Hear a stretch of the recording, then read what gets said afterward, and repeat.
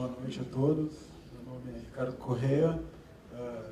Eu sou fundador de uma empresa que chama TC Urbis. Esse TC Urbis começou como transporte cicloviário e hoje a gente fala que é transformação cultural urbana, que tem a ver com tudo isso que a gente está discutindo e com essa nova cidade que a gente espera um dia alcançar e que a gente veja essa cidade acontecendo. Isso aqui são alguns dos trabalhos que a gente está fazendo no Brasil inteiro, que já são feitos.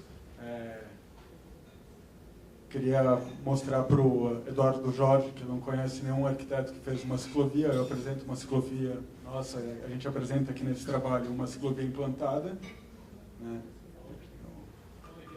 em Rio Branco, no Acre. É um parque linear de 9 quilômetros. Algumas consultorias que a gente deu para planos cicloviários, planos de transporte, publicações que a gente tem. Eu convido vocês a baixar no nosso site a segunda edição do... Como é que é? A segunda edição do Bicicletas e as Cidades. Vocês entram no site da TC Urbis, publicações, lá tem o link para você baixar o PDF do livro que a gente escreveu, a Bicicleta e Cidades, para o IEMA, Instituto de Energia e Meio Ambiente. E daí eu vou mostrar, como o tempo tem que ser breve, eu vou mostrar uma série de dados para vocês refletirem e chegarem a conclusões que, na apresentação do Eduardo Jorge, da Renata, do Roberto, a gente fica pensando que espaço é esse, que cidade é essa, e onde a gente está na Berrini, por que a gente está aqui, qual o sentido de a gente estar aqui e onde deveria estar, enfim. Né? Essa é um mapa de número de viagens semelhante ao que o André mostrou, mas esse é da ODE de 97, ainda não tenho de 2007. É interessante, junto com essa cidade que é esparsa, a gente saber que 13% da população de São Paulo, que está cada vez indo mais para fora do centro expandido, né, o centro está decrescendo em população, 13% da população mora só no centro expandido e 43% dos empregos estão aqui. Então, já dá para a gente sentir o modelo de cidade que a gente tem, né? São uma cidade que depende do deslocamento. Né? Onde um carro em movimento, né, a Renata falou de um carro parado, acho que no vídeo, né, que ocupa em torno de 10, 12 metros, um carro em movimento a 50, 60 km por hora, com a distância entre um carro e outro, ocupa mais ou menos chega a ocupar até 120 metros quadrados. Né? Enquanto no ônibus, na bicicleta, trem é muito menos, né? Chega a uma escala humana, né, da ocupação do espaço.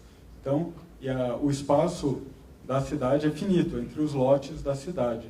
Né? E se a gente quer uma cidade que está configurada com esse desenho urbano que a gente tem a opção de definir esse espaço e para quem definir esse espaço. Aqui é uma foto clássica, que é mais ou menos 100 pessoas de bicicleta, de carros, não ocupando o espaço tradicional dele, né, que aqui não daria para ver nessa foto praticamente se eles estivessem ocupando o espaço natural, e 100 pessoas de ônibus. Essa questão em deslocamento de até 35 minutos, questão tempo, diferentes modais, a bicicleta até 5 km se mostra o mais eficiente de todos, que é essa relação da pequena distância para a bicicleta. Embora eu vi uma pesquisa num trabalho que a gente está fazendo lá em Salvador, que eles fizeram uma pesquisa bem densa, semelhante ao que foi feito em Porto Alegre, onde eles veem uma curva que o ciclista até 5 km tem muito ciclista, depois cai bastante essa curva e volta a subir por volta de 10 km. São ciclistas que vêm que é exatamente por renda mesmo, né? Aquele cara para economizar a passagem até intermunicipal, que ele faz essa opção da bicicleta.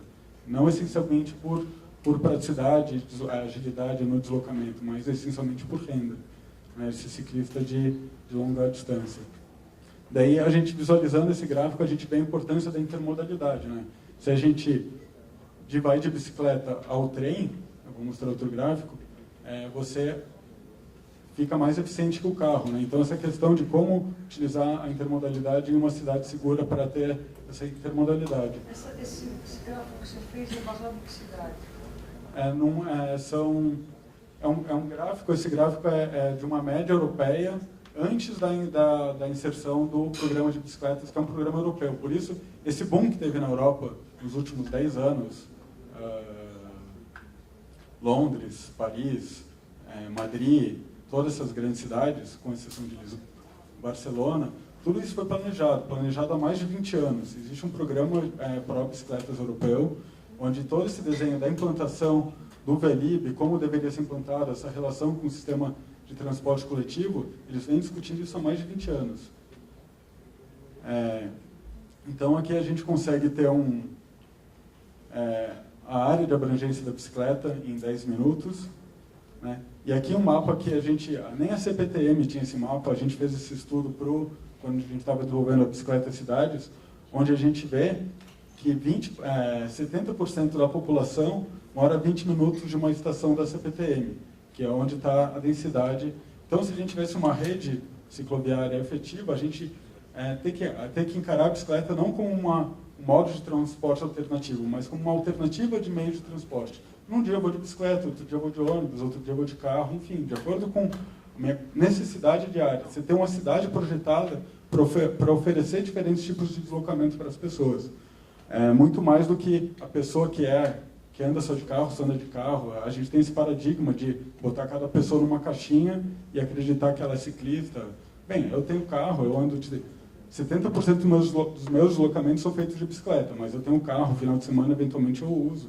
Enfim, a gente tem que ter liberdade, não precisa ser xiita, né, para defender as coisas. Basta ter bom senso. Então, junto com essa questão do transporte coletivo, a gente olha esse gráfico, a gente vê que o transporte público no Brasil ele é mais utilizado em porcentagem de número de viagens que da Europa e Estados Unidos. Então, parece que os Estados Unidos e a Europa querem chegar no Brasil, né, se a gente não enxergar essas questões econômicas, né, se a gente olhar friamente o gráfico, né, se a gente olhar esse gráfico, a gente está na frente.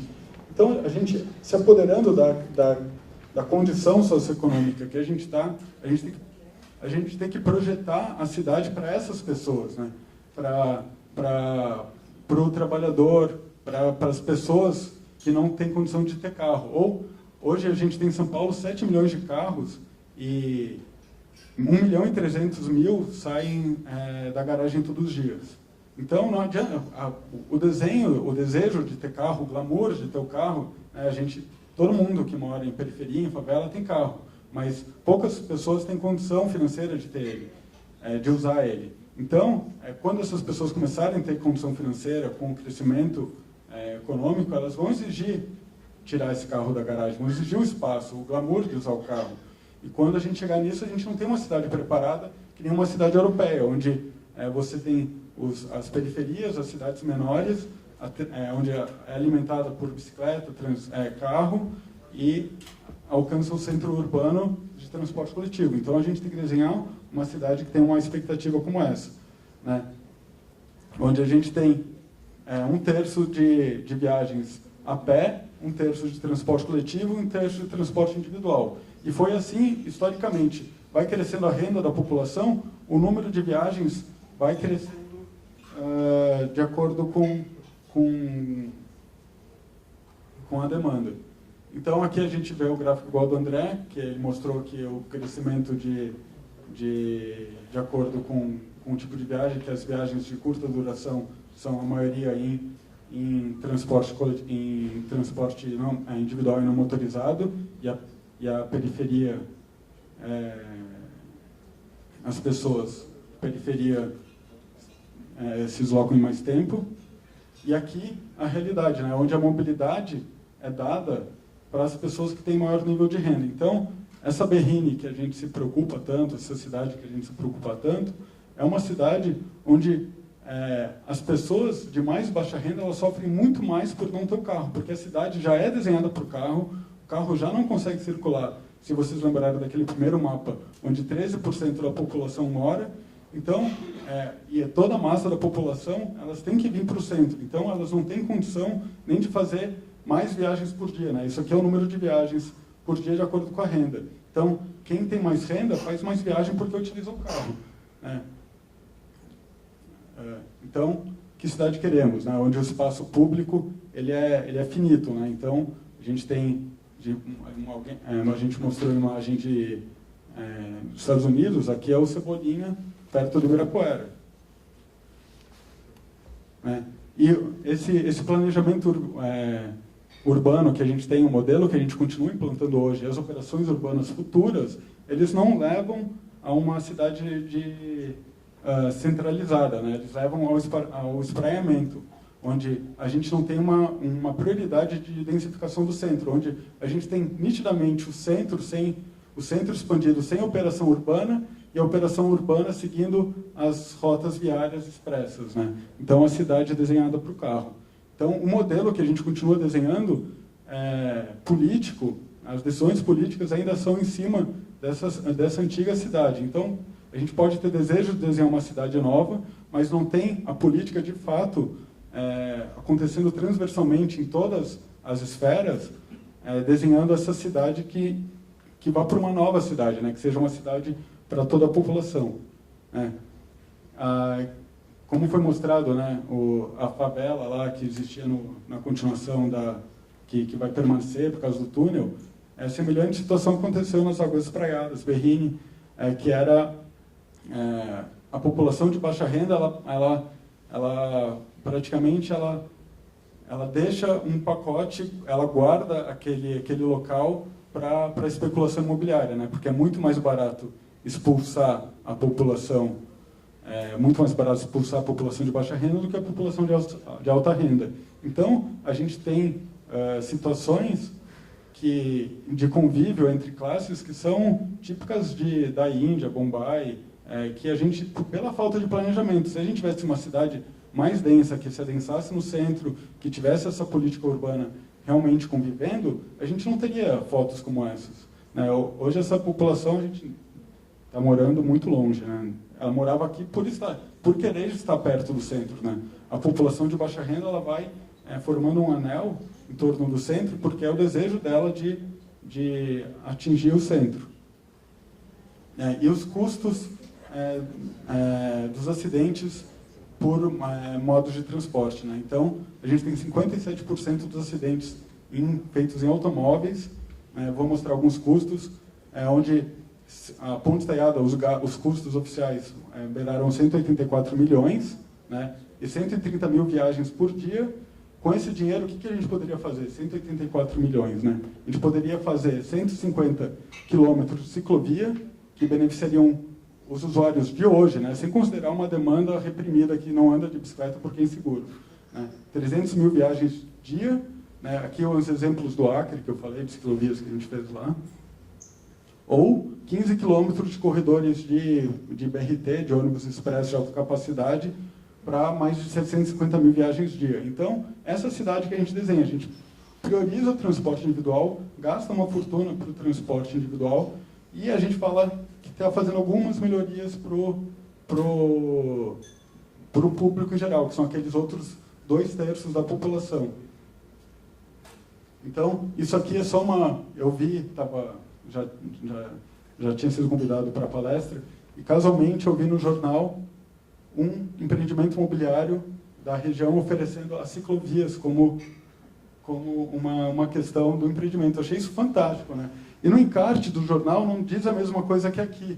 No encarte do jornal diz são quilômetros de ciclovias integrando os percursos dos parques e bicicletas. Ibirapuera, do Pouco e Vila Lobos, para transporte e lazer. No jornal está especificado dessa maneira, uma questão que eu achei positiva, dado o mercado. E aqui o plano de cicloviário de Santo Amaro, essencialmente ele é integrado, essa é a primeira fase, integrando todas as estações da região, na estação de transporte coletivo. A segunda fase E a terceira fase, isso seria do desenho de uma cidade ciclável, onde a gente teria 123 quilômetros de ciclovia numa área de uma superfeitura. Né? E esse planejamento cicloviário impacta, primeiramente, na questão social, consequentemente, econômica, ambiental, segurança e saúde da população, né? Que são os gastos transversais do poder público. Né? Você impacta transversalmente em todas as questões. Porque a mobilidade urbana está ligada diretamente à mobilidade social. Se você dá mais mobilidade para a população, ela vai ter onde gastar mais recursos e vai conseguir usar todos os benefícios que a cidade oferece. Obrigado.